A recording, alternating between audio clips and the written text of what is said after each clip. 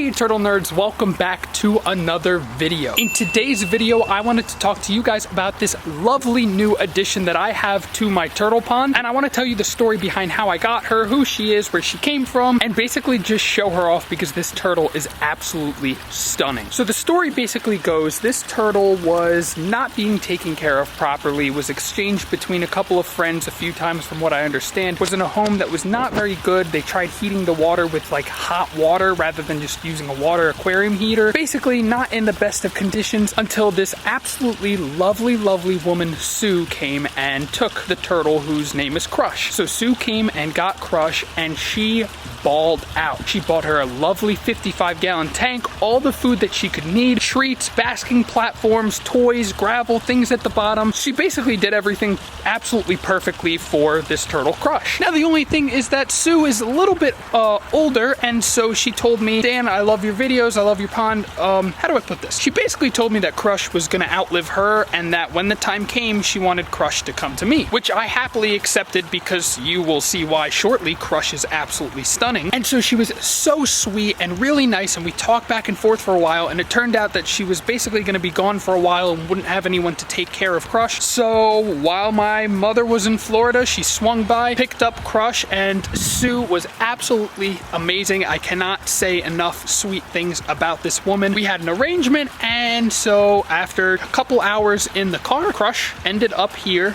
in Casa del Turtle. Hello, little one. Oh, this is the most perfect little carrier. Let's take you real quick. Look at what a good traveler she's been. Normally when you pull out a terrapin, they start sort of freaking out. She's totally chilling. This is so cool. All right, Crush. Oh, wow. She's absolutely gorgeous. Look at her. So she is looking in perfect condition. Wow, she looks really good. Hi, I know you're annoyed. Here you go. Welcome to the pond. No, this way. You want to go that way.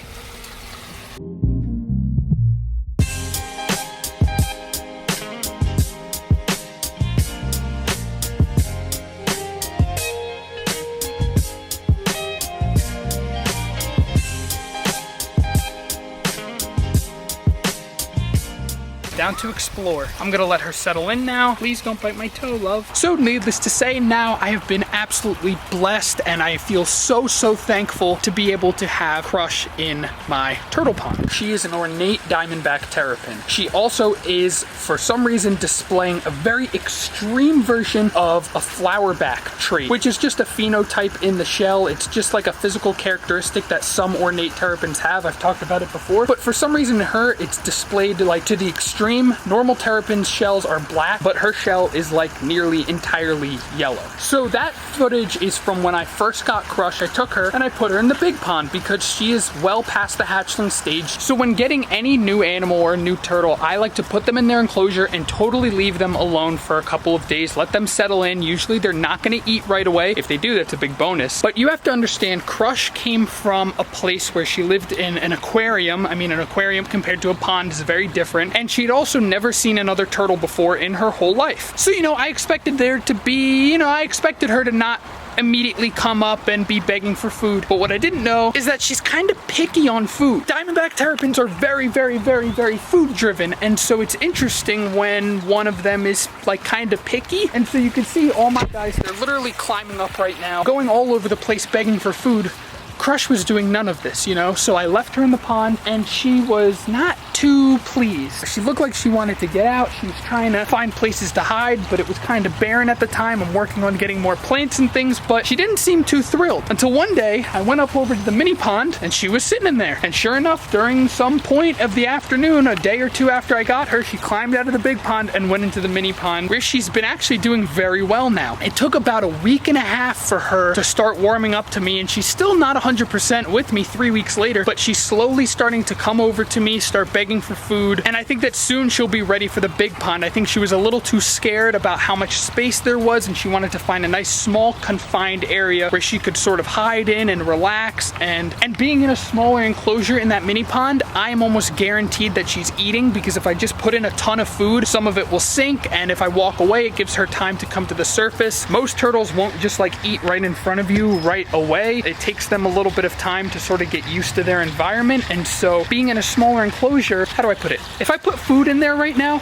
the turtles, the fish, everything will come and eat it. Like immediately. It would give Crush no time to come up and get food for herself. But just being with the 4 little piranhas in the little tub and her being so close to the surface, it allowed her plenty of opportunity to smell and see the food and get used to me. So I left her in the mini pond where she's been living ever since. There's the 4 juvenile diamondback terrapins that I have in here that you guys remember from my last video. And so with all this extra driftwood, some extra plants, there is beautiful Miss Crush, who feels a lot more comfortable in a smaller enclosure than one that's too large. And if you'll see, these guys are all begging for food, going absolutely insane, as are the adults, as is Flipper, who I think came up here with me. I guarantee you she's right behind me.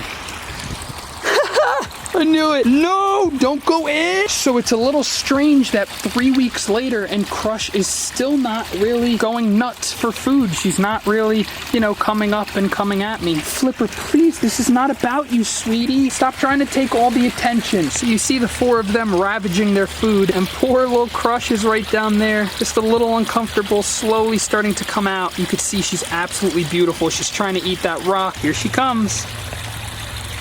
There she is, very skittish. So when you get a new animal, it's very important that you give them time to get used to the enclosure, give them time to get used to you, and there you can see she's right there starting to eat alongside the other terrapins. She's finally starting to get accustomed to this type of lifestyle. She's used to living alone, she's not used to having to compete for food, and so it's definitely taking her a little bit of a learning curve in order to start getting used to this type of environment, which is totally fine. I mean, you have to be very patient when getting a new animal, but she's super stunning. I mean, look at her eyes. She's absolutely amazing.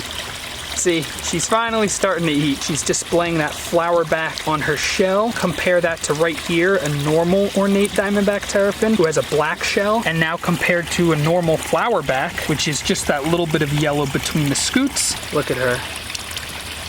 She's beautiful. So she's a really, really cool turtle, and I'm very excited and very thankful to have her. This is ridiculous. This is absolutely ridiculous. This is what I'm talking about. This is normal terrapin behavior. He's gonna bite my toes even out of the water. He does it in the water and out of the water. I can't deal with this. Come here. Come here. They're all trying to steal the spotlight. How freaking rude. The last time I did this, actually, it helped her gain trust in me. You see, she's absolutely stunning. Perfect growth on her. Super, super amazing terrapin. And I don't want to do this for too long, just because she's going to get very mad at me. She won't really come and beg for food as much if I hold her for too long, because then I sort of break the trust that I have with this animal. So, okay, bye.